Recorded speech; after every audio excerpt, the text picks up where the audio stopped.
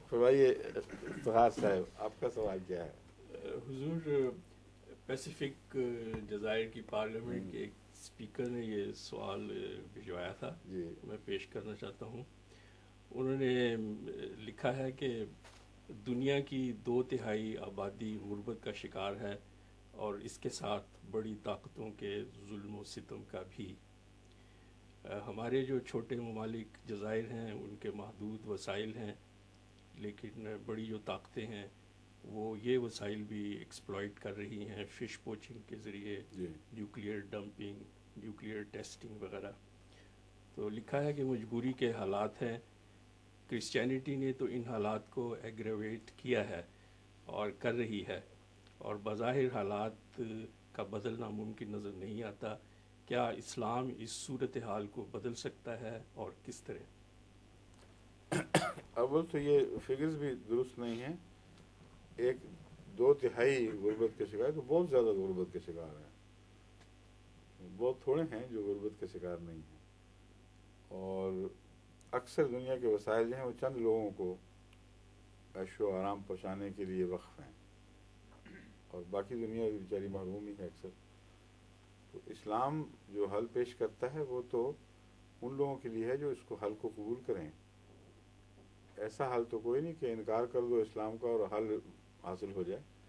اس لیے وہ علاقے جہاں عیسائیت پھیلی ہوئی ہے، یہ سارے علاقے میں جہاں عیسائیت کا قبضہ ہے، پہلے تو عیسائیت سے نجات دلائیں ان کو۔ اور وہ جو کولونیلزم کے ساتھ عیسائیت آئی ہے، وہ دراصل کولونیلزم کو طاقت دینے کے لیے آئی ہے، اس کا اور کوئی مقصد ہی نہیں۔ کیونکہ یہ جتنی بھی سپورٹ دینے والے ممالک ہیں، ان کو پتہ ہے کہ اگر عقیدے کے لحاظ سے کوئی ہم خیال ہو جائے تو اس کے اوپر حکومت مستقل ہو جاتی ہے، اور اسی لیے انہوں نے ساری کوشش کی ہے۔ تو یہ بیداری کا پیدا کریں، اور اسلام کی قدریں اگر آ جائیں تو اس سے ایک فرق ضرور پڑ جائے گا۔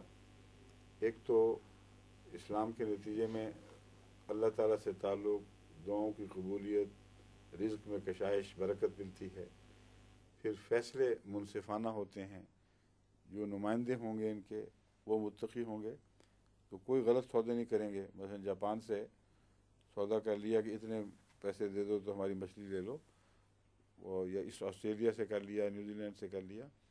تو ایسے ظالمانہ سودے ہیں کہ ساری دولت یہ گھسیٹ کے لے جاتے ہیں، اور یہ بیچنے والے صرف چند ٹکے لے کے تو خوش ہو جاتے ہیں۔ تو یہ جہالت کی بھی باتیں ہیں، بددیانتی کے بھی قصے ہیں۔ اس لیے اسلام تو تبھی فائدہ دے گا اگر اسلامی قدروں کو قبول کرو گے، اور اس سے پھر ایک روشنی ملتی ہے۔ اس روشنی کے نتیجے میں جد و جہد کے سلیقے بھی آئیں گے، خود اعتمادی پیدا ہوگی۔ یعنی ایسا مسئلہ تو ہے ہی نہیں کہ 1 اور 1 2 کی طرح سوال یعنی حسابی جواب ہو۔ تمام امور ہیں، ان کے باریک پہلو ہیں۔ اسلام مجموعی طور پر، نام کے طور پر نہیں بلکہ عمل کے طور پر اگر اختیار کیا جائے تو پھر وہ فائدہ پہنچاتا ہے۔